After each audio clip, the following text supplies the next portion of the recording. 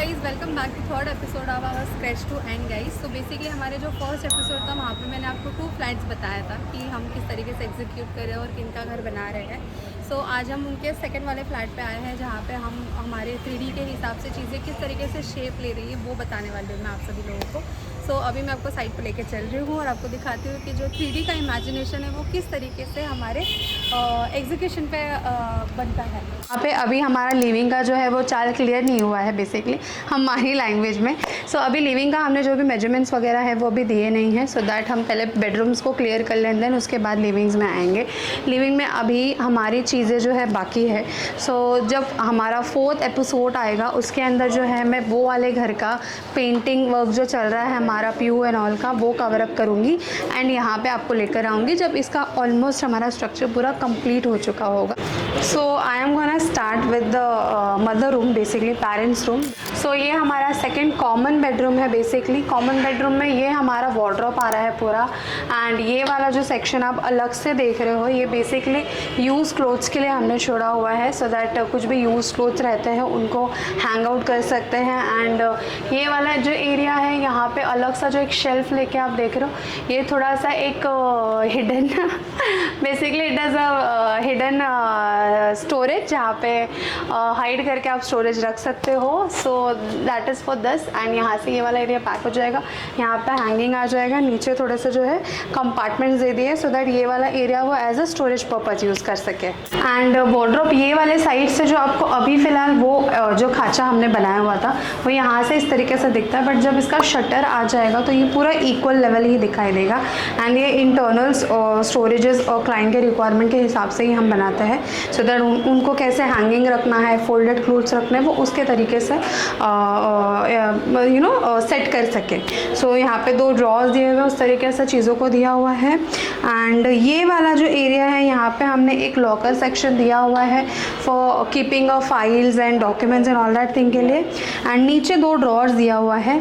यहाँ पे भी आपको एक चीज़ दिखाती हूँ मैं, एक खाचा दिया हुआ है मैंने। बेसिकली ये वाला खाचा जो दिया हुआ है वो भी हिडन स्टोरेज ही रखा है, वो कीपिंग थोड़े इंपॉर्टेंस डॉक्यूमेंट्स या फिर कुछ भी ऐसे वैल्यूबल चीज़ें वो रख सकते हैं यहाँ पे।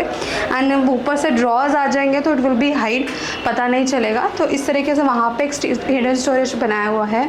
यहाँ पे जो बेड है ये बेड क्योंकि ये बेडरूम का साइज़ जो है वो बेसिकली 10 बाई 11 का ही था, इस रीज़न से यहाँ पे जो है हमने बेड का साइज़ जो है वो कट टू कट 5 फीट ही लिया हुआ है, like a queen size bed.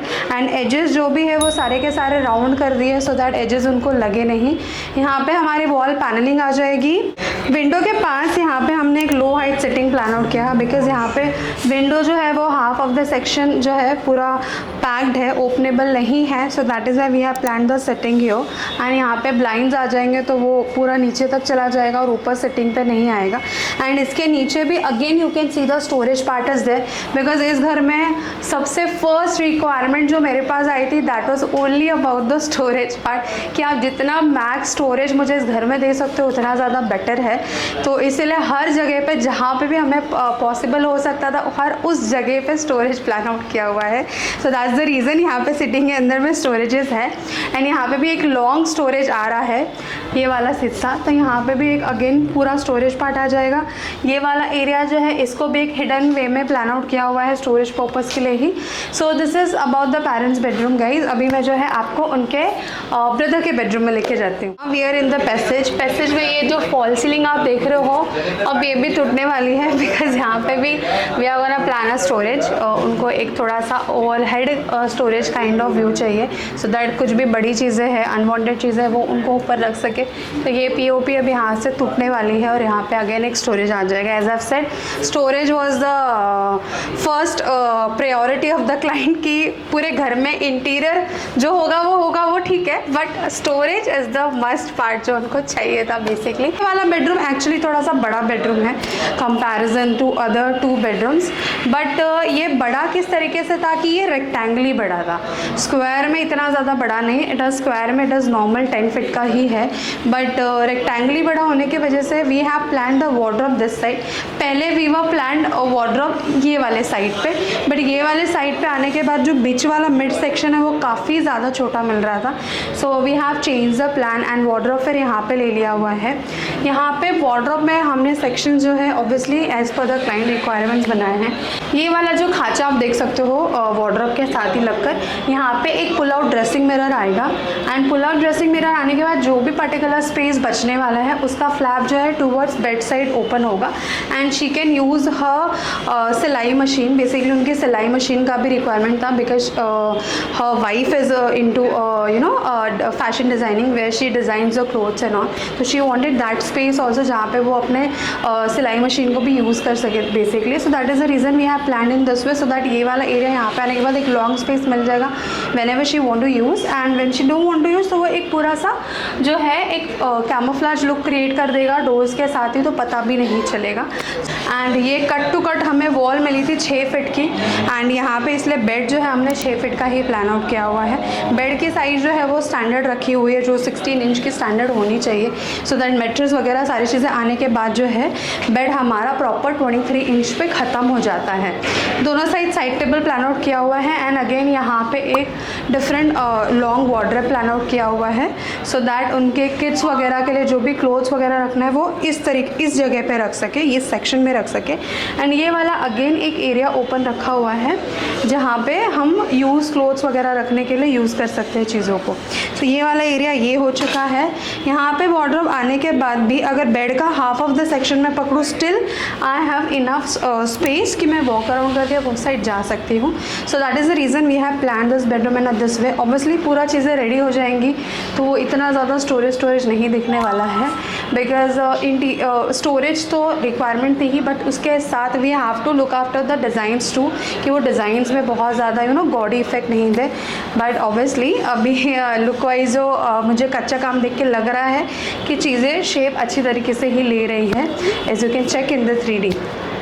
सो ये लिविंग से कनेक्टेड वाला हमारा दूसरा मास्टर बेडरूम है। यहाँ पे आप देख सकते हो ये वाला जो बेडरूम है बेसिकली इसका जो मेजरमेंट था वो फ्लोर प्लान के हिसाब से तो 10 बाई 11 का था, बट बीम वगैरह आने की वजह से वो इतना ज़्यादा जो फ्लोर प्लान पे मेजरमेंट दिया था वो मेजरमेंट के हिसाब से नहीं था। So that is why we have to made in that way कि वो बहुत ज़्यादा कॉम्पैक्ट सा लुक ना दे।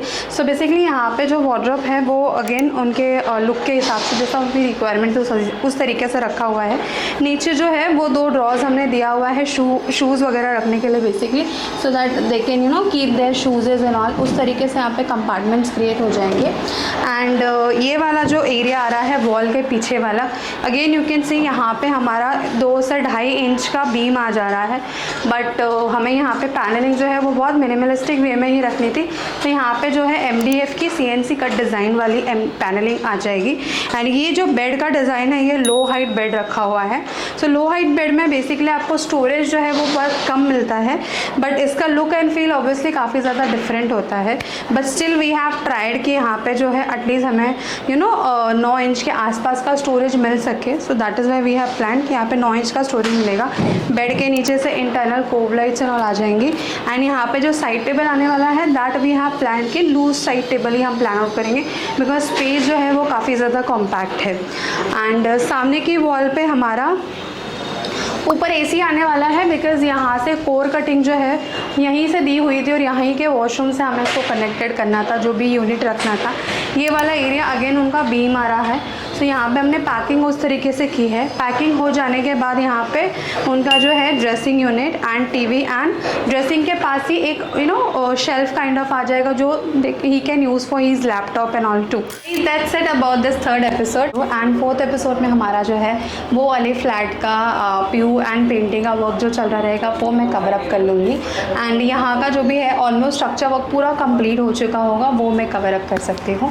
So guys thank you so much for watching this video. And अगर आपने अभी तक मेरे चैनल को सब्सक्राइब नहीं किया है so please subscribe my channel and press the bell icon so that daily basis जो भी हमारे अपडेट्स जाते हैं वो आपके तक पहुँच सके। एंड अगर आप डे बाय डे के जो भी अपडेट्स हमारे प्रोजेक्ट वाइज होते हैं अगर वो आप चाहते हो so you can follow our insta page too, जहाँ पे आपको डेली बेसिस के अपडेट मिल जाएंगे। And if you are also looking for interior designer for your house so you can definitely contact Happy Interior. Thank you so much.